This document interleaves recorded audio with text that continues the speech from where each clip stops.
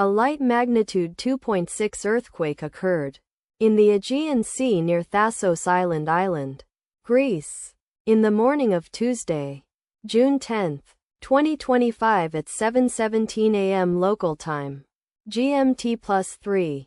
The quake had a very shallow depth of 5 kilometers, 3.1 miles, and was not felt, or at least not reported so.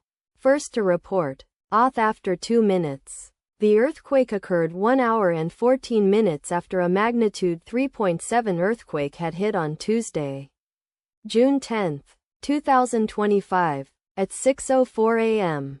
GMT+3 local time, in 4.6 kilometers, 2.8 miles, distance to the northwest. Data source from volcano discovery. Did you feel it? Let us pray. May the earthquake that occurred not affect our brothers and sisters there. May the earthquake not happen again. And may God protect everyone. Amen.